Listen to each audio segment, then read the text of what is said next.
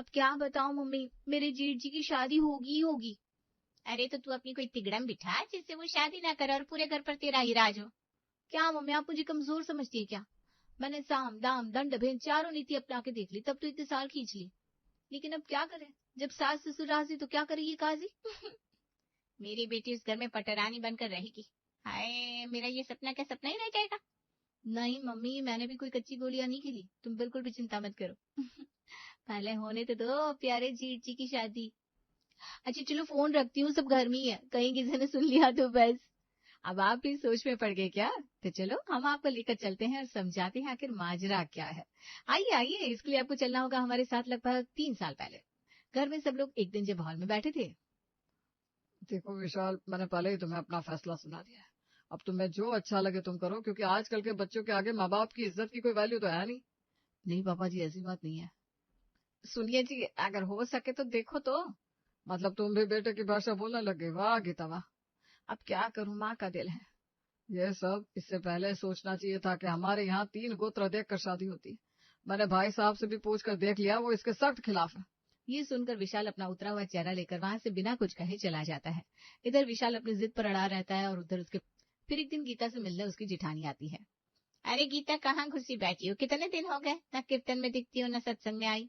अरे आओ जीजी आओ। कुछ नहीं, बस यही हूँ। ऐसे ही थोड़ी तबीयत ठीक नहीं थी तो जी नहीं किया आने का। अरे तो डॉक्टर को दिखाया कि नहीं? हाँ जीजी, दिखा दिया। डॉक्टर का कहना है थोड़ा आराम करो, घुटनों को आराम की सख्त जरूरत है। हम्म। तो बस यही मान लो कि मैं तुम्हारे आराम की दवा लेकर आई हूँ। अरे दीदी, 50 दवाई खा ली। कभी विशाल लाता है, कभी आकाश लाता है, कोई फर्क ही नहीं पड़ रहा। अरे जो दवा मैं लाई हूँ ना, वो दोनों अभी तक लाए नहीं होंगे। अच्छा जीजी, क्या है बताओ तो, शायद यही फायदा कर जाए। अरे करेगी, 200% पक्के हैं हम। अच्छा। तो सुनो, तुम्हारे लिए सबसे बढ़िया दवाई है बहू। तो बस वही लेकर आ रहे हैं हम, सारी परेशानी छू मंतर। अरे जीजी, आप तो यूं अनजान बन रही है कि आपको पता ना हो, जैसे सब खुली किताब के सामने रखा है फिर भी। एक बात बताओ, अगर विशाल शादी के लिए राजी नहीं है तो आप आकाश को क्यों घर में बिठाए हुए हो? उसकी भी तो शादी की उम्र हो चली है। अरे लेकिन वो भी तैयार नहीं है, कहता है पहले भैया फिर मैं। उसकी जिम्मेदारी तुम मुझ पर छोड़ दो। फिर आकाश की ताई जी उसको शादी के लिए जैसे तैसे तैयार कर लेती है और घर में बहू के रूप में आती है रीचा। रीचा को सबका खूब प्यार मिलता है, फिर चाहे वो दोनों ननद हो या फिर सास ससुर से लेकर अपने जेठ तक, जिससे रीचा अपने आप को बड़ा लकी फील करती है। देख लो, सोच लो, समझ लो, तभी कोई बात का निर्णय लो। क्योंकि एक बार का इंटीरियर अब बहुत महंगा पड़ता है। महंगा और लाखों खर्च हो जाते हैं। वही तो। अब हमारे जमाने में तो रेनोवेशन के नाम पर बस पेंट होता था, इंटीरियर जैसे तो कोई चिड़िया थी ही नहीं। ये सुनकर सब हंसने लगते हैं। तभी रीचा सबके लिए चाय लेकर आती है। लो जी भाई, हम सबकी फेवरेट रीचा भाभी के हाथ की चाय भी आ गई। और मेरी चाय कहाँ है? अचानक से साक्षी को आया देख सब चौंक जाते हैं। अरे दीदी, आप इस टाइम? अरे जब चाय ऋचा के हाथ की हो तो फिर तो आना बनता ही है ना। लीजिए चाय। वैसे एक बात बोलो दीदी, आज पता नहीं क्यों मेरे हाथ से एक कप चाय ज्यादा ही बन गई, शायद आपके लिए ही थी। हाय भाभी, बस तुम्हारी यही अदा हमारा दिल जीत लेती है।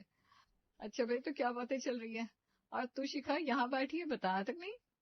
नहीं दीदी, मैं तो बस यूं ही जरा कृष्णा नगर तक बिट्टू की बुक्स के लिए काम से आई थी। मन नहीं माना तो यहाँ चली आई। बस इसी दिन के लिए तो हमने अपनी बेटियां यहाँ ब्याही थी, कि कभी भी माँ बाप की कमी ना हो उनको। हाँ पापा, ये बात तो है। वैसे क्या बात चल रही थी? दीदी, हम लोग घर का इंटीरियर करवा रहे हैं, तो बस उसी का डिस्कशन चल रहा था। मैंने तो ये सब रीचा और मम्मी के ऊपर छोड़ दिया है।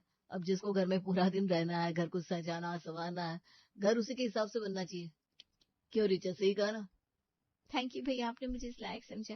बस कर पगली, अब रुलाएगी क्या? शिखा के मुंह से ये सुनते ही सब पेट पकड़कर हंसने लगते हैं।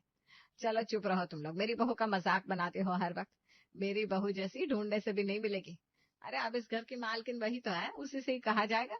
तुम लोग आओगी मेरे घर काम करने। हाँ मम्मी, मुझे तो जलन होने लगी है अब तुम दोनों का प्यार देखकर। ये सही कहा दीदी आपने। कहा भाभी की शादी से पहले मम्मी हम लोगों को दिन में 3-3 4-4 बार फोन करती थी, और अब 3-4 दिन में एक बार। अब मैं ऋचा के आने के बाद टेंशन फ्री हो गई हूँ, सारी जिम्मेदारी उसको सौंप दी है। अब रीचा को भी लगने लगा था कि वही घर की मालकिन है। वो पूरी तरह से ये मन बना चुकी थी कि वो अब इस घर की इकलौती बहू है। लेकिन अब जो हो रहा था वो उसके गले के नीचे नहीं उतर रहा था। तो चलो देखते हैं क्या हो रहा है। अच्छा चलो फोन रखती हूँ, सब घर में ही है। कहीं किसी ने सुन लिया ना तो बस। अच्छा ठीक है बेटा। ऋचा और आकाश अपने रूम में बैठे हुए हैं। फिर फाइनली भैया की शादी उन मैडम से हो ही रही है। अरे ऐसे कैसे बोल रही हो तुम? ऋचा मैडम ही है वो, अब हमारी होने वाली भाभी है, हमारे खानदान की बड़ी बहू है। अच्छा, वो बड़ी बहू और मैं जो इतने सालों से कर करके मर गई, उसका क्या कुछ भी नहीं? ऐसी बात नहीं है ऋचा, तुम भी ना अर्थ का अनर्थ मत करो। तुमने इस घर के लिए बहुत किया, ये सब हम जानते हैं, और उसके बदले बेशक तुम्हें सबका बड़ा प्यार भी मिला है, ये तुम भी जानती हो। लेकिन वो मेरी भाभी है। अरे मेरा बहुत बड़ा सपना है जो पूरा होने जा रहा है, मेरे भैया की शादी होने जा रही है। मेरे भैया की जाएगी बारात, रंगीली होगी रात, मगन मैं नाचूंगा, मगन मैं नाचूंगा। अरे बस बहुत हो गया, अभी घर में सब जाग जाएंगे, चलो सोते हैं, सुबह जल्दी उठना है ना। ऋचा के दिमाग में वही बात घूम रही है। अब हर वक्त ऋचा दिमाग में यही बात घुमाती रहती कि वो इस घर की इकलौती बहू नहीं, बल्कि अब उससे भी बड़ी बहू आने वाली है। धीरे धीरे करते करते आखिरकार विशाल की शादी का दिन भी आ जाता है, और इधर ऋचा शादी में अपनी पूरी मशक्कत लगा देती है। शादी को शांति से निपटाने में नहीं, बल्कि जितना ज्यादा से ज्यादा कलेश हो सकता है उसके लिए। घर मेहमानों से खचाखच भरा हुआ था। और गीता, ओ गीता, वो पुरखे पूज लिए कि नहीं? अरे जी मैं तो भूल ही गई ये बात। अरे घर में भोज बन रहा और तुम ये बात कैसे भूल गए? जाओ बहुओं से कहो पहले खाना निकाल कर भोज पूज ले, फिर किसी को खाना दे दे। ऐसी बातें भूलने की तो नहीं होती गीता। अब जी आप ही सबसे बड़ी रही घर में शुरू से, तो मुझे कभी कुछ याद रखने की जरूरत ही नहीं पड़ी। ऋचा कहाँ हो? जी मम्मी जी। जाओ जाकर पहले भोज पूज लो। कैसी उल्टी चाल चल रही हो तुम गीता?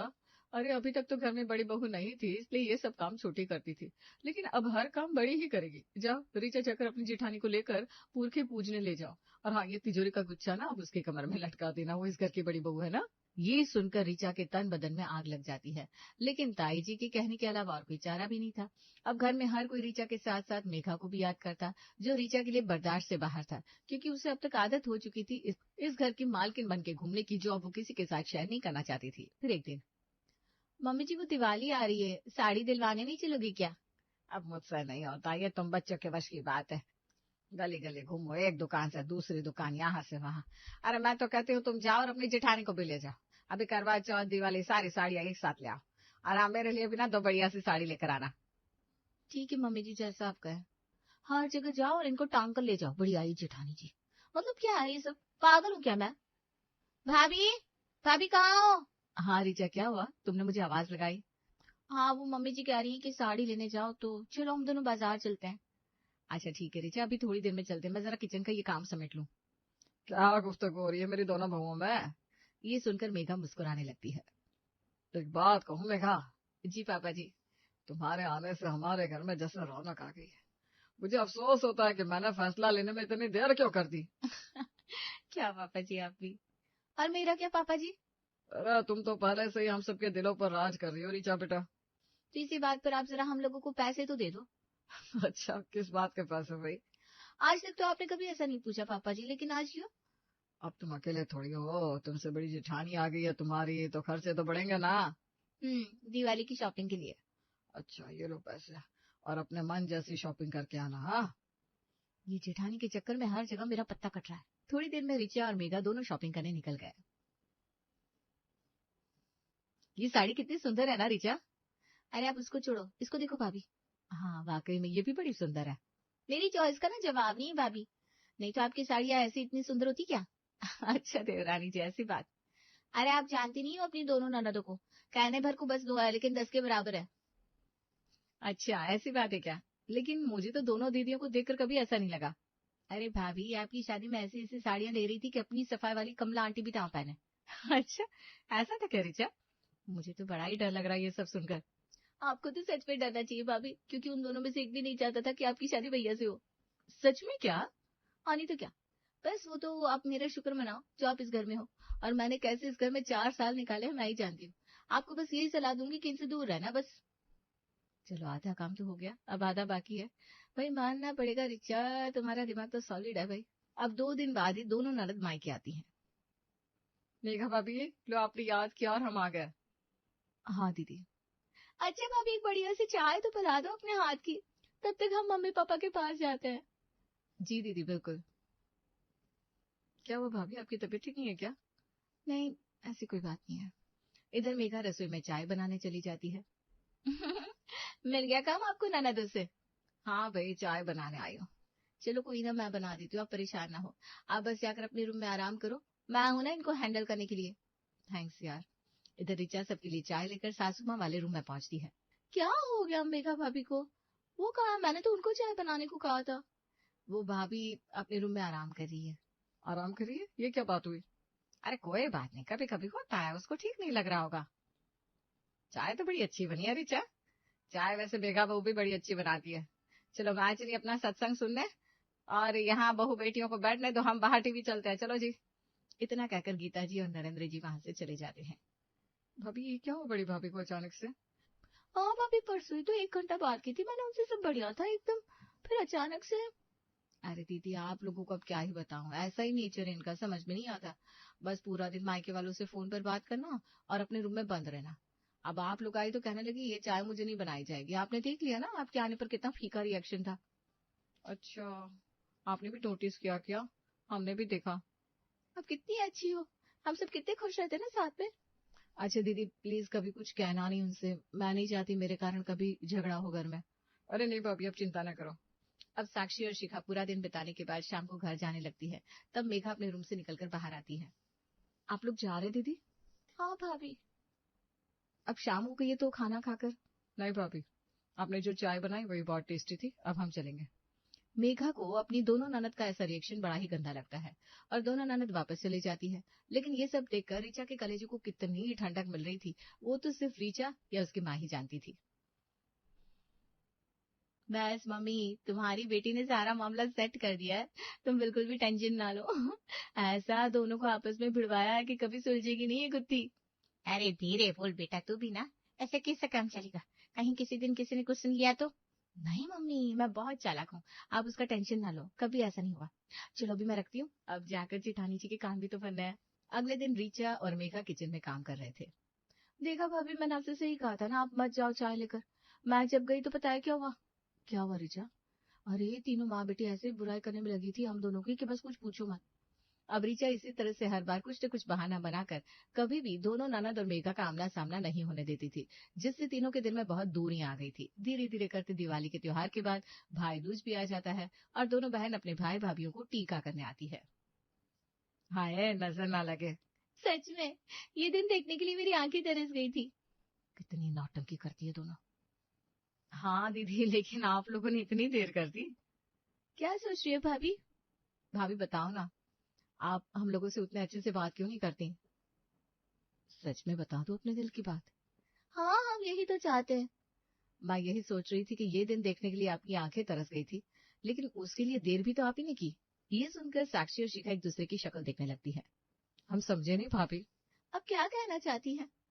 ये सुनकर रिचा की तो जैसे सांस ही अटक गई और वो पानी पीने किचन में चली गई। यही कि आप दोनों तो चाहते ही नहीं थे कि मैं इस घर में आऊं। ये तुमसे किसने कहा मेघा बहू? ये तो मैंने भी आज पहली बार सुना मेघा। बात तो भैया की सही है, बल्कि दोनों दीदियों ने पूरा जोर लगा दिया था कि आप इस घर में हमारी भाभी बनकर आओ। क्या? रिचा, रिचा। इधर रिचा अब किचन में से निकलने का नाम ही नहीं ले रही थी। लेकिन अब मरता क्या ना करता, उसे आना तो था ही। जी भाभी। रिचा ये तुमने क्या सुना जो अभी आकाश भैया ने कहा? रिचा बिना कुछ बोले जाने लगती है, लेकिन मेघा उसका हाथ पकड़ लेती है और सब लोग रिचा की चुप्पी से अंदाजा लगा लेते हैं कि आखिर माजरा क्या है। धीरे धीरे मेघा हर एक बात सबके सामने बताती है और रिचा सर नीचे किए बैठी रहती है। अरे ऐसी एक देवरानी से अच्छी 10 ननद है। तुमने ये क्या किया रिचा? मेरा इतना सुंदर टाइम पीरियड इस कलेश और टेंशन में निकाल दिया। अरे कोई बात नहीं मेघा, गलती सबसे हो जाती है। अपनी छोटी बहन समझकर माफ कर दो चलो, और तुम चारों गले लग जाओ। लेकिन पहले ये बताओ तुमने ऐसा क्यों किया? मुझे लगा कि आपके आने के बाद हम सब आपसे ज्यादा प्यार करेंगे, इसलिए मैंने ऐसा किया। ऐसा नहीं है, आप दोनों की अपनी अपनी जगह है भाभी। आओ सब प्यार से गले लग जाओ, जो हुआ उसको भूल जाओ।